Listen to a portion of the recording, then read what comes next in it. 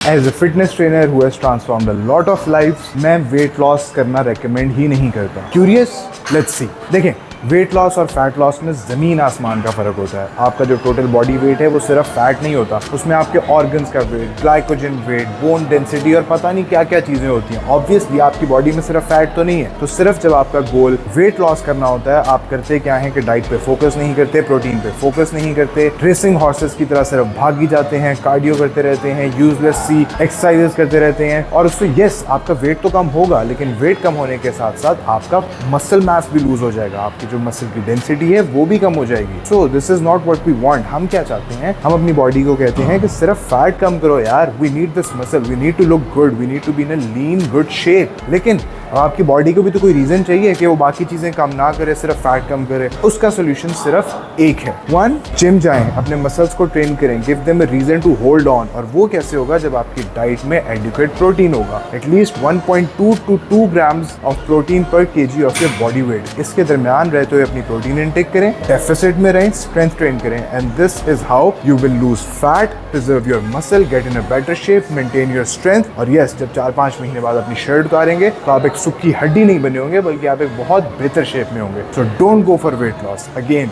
Go for fat loss.